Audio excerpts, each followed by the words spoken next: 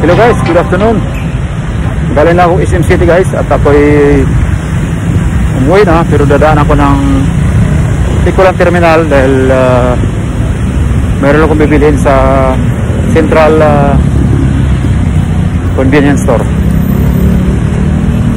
Dito lang sa unahan ako tatawid dahil may ginagawang kalsada dito eh, ano.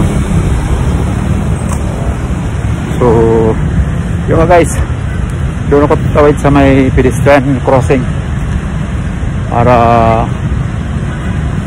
legal ang ating pagtawid. So ito guys, may mga marami ditong no, not for sale. Ang gusto nyo bumili yun, yun, no. Dito lang yan sa Sandawa. Ako man may pira, gusto kong bilhin itong lugar na to. Wala, may malaking puno ng kahoy. Residential ba? Pwede rin for business. Kadla muna tayo guys at dito tayo, malapit na tayo sa Tawiran. So ito yung mga bus guys, oh. Papuntang Manila, papuntang Tagum, papuntang Surigao. Malaking bus dito, may mga kupita sa loob. Ito, no? Dito lang ako dumaan kasi nga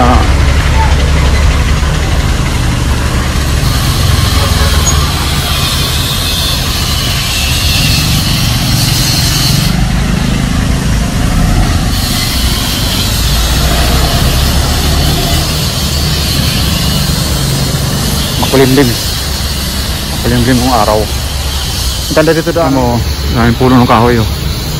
Oh, so matagal na siguro itong kahoy na to, no? Pero may ano,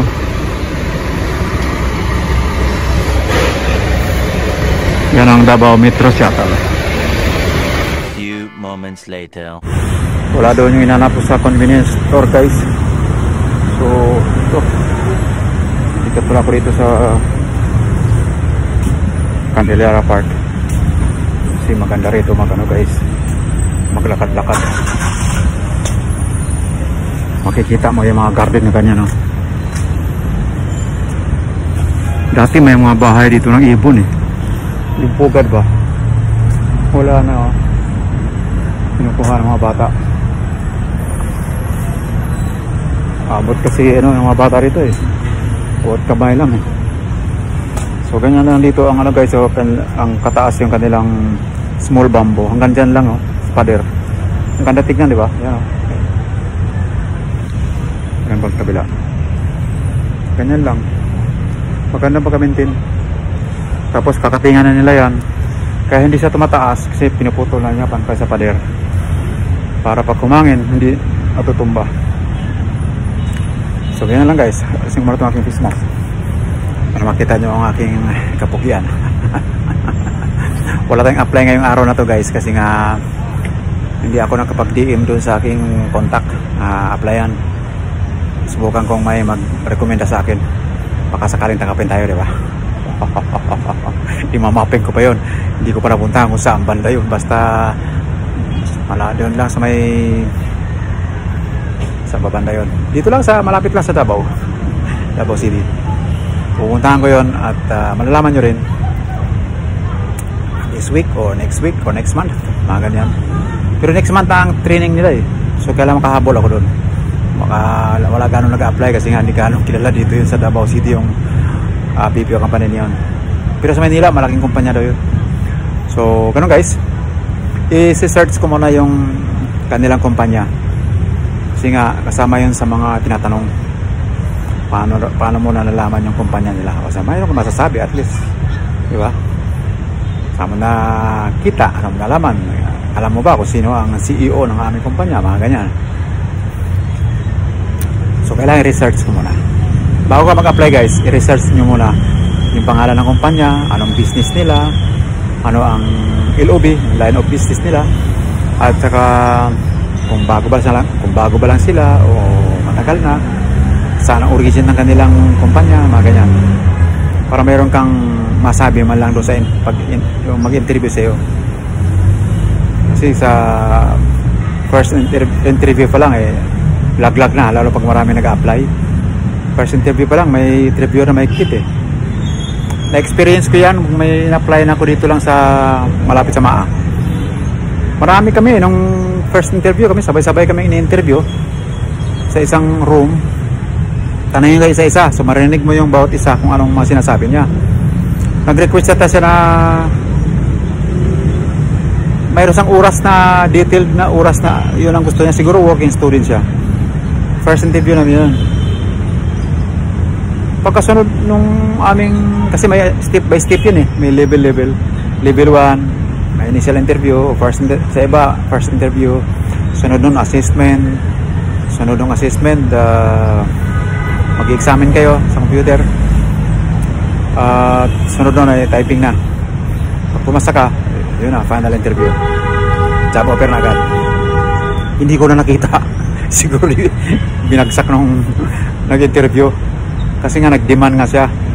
Ganitong oras ang gusto niyang duty. Eh, siyempre, hindi ka masusunod doon. Ka-apply ka pa nga lang eh. Hindi ko naman naalaman doon. Wala namang bawal doon sa kanilang kumpanya ang working student. Wala namang sinabi. Pero may ibang BPO company na sinasabi talaga na we don't accept student. Ayaw nila ng working student. Gusto nila focus ka sa trabaho. Sa ibang kumpanya naman eh, pwede. Dati kong kumpanya ganun, marami mga working student doon. Tsaka yun na ng mga nagpupursige talaga mag-aral, makatapos. Kaya tumatagal sila sa BPO company kasi nga gusto silang makatapos eh. So mga ganun guys. Pero yung ibang kumpanya ayaw nilang mga working student. Gusto nila yung mga tapos na, tapos para concentrate sa trabaho. Kasi nga yung iba hindi natin natapos sa training. Ang hirap-hirap maghanap ng trabaho pag training pa lang eh. 2 araw lang, wala na, quit na. 2 linggo, ganyan, quit na.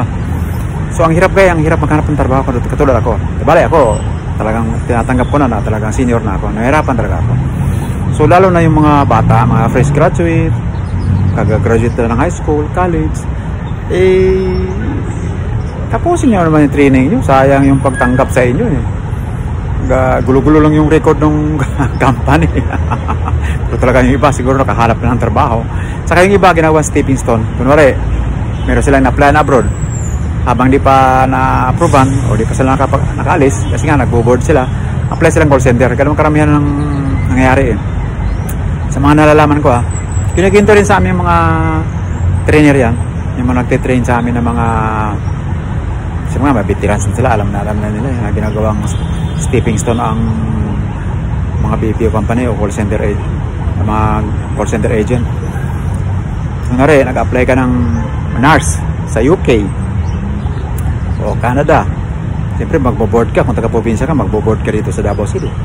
So habang wala pa yung application mo, tagal pa, pag sinabihan na waiting ka lang mga 3 months, 6 months, di mag-apply ka muna ng call center. Very qualified ka doon. Graduate ka na.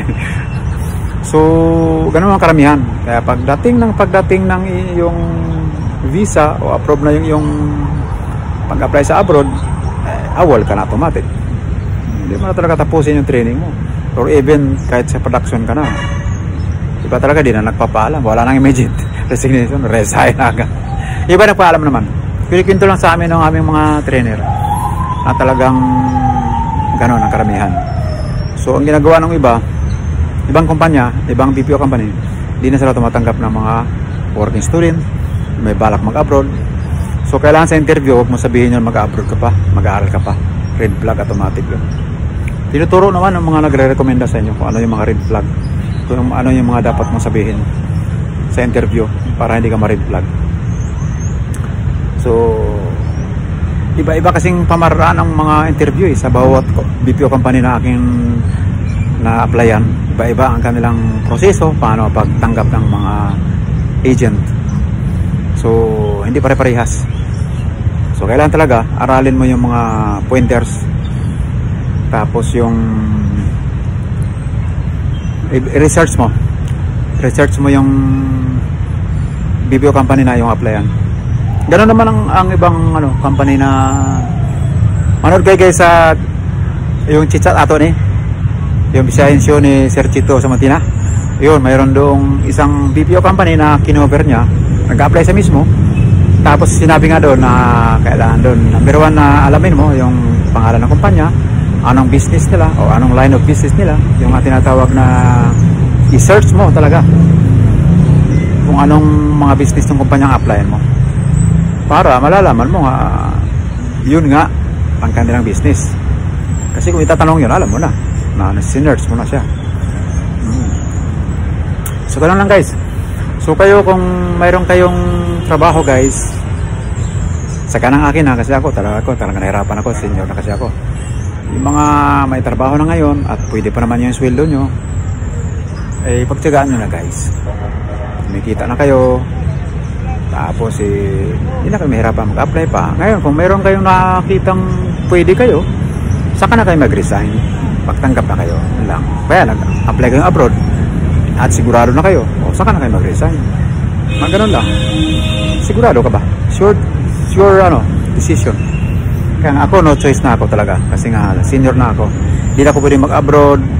Kaya ang aking pwedeng pasukin na lang ay itong call center na lang. As an agent. So yun lang guys, hindi pa lang tayo sinerte. Kaya dito. So ilang mo na vlog ko sa nito. Naway na siyang kayo mag-like, kayo mag-share at mag-subscribe sa akin channel. Big Time World TV. Yes!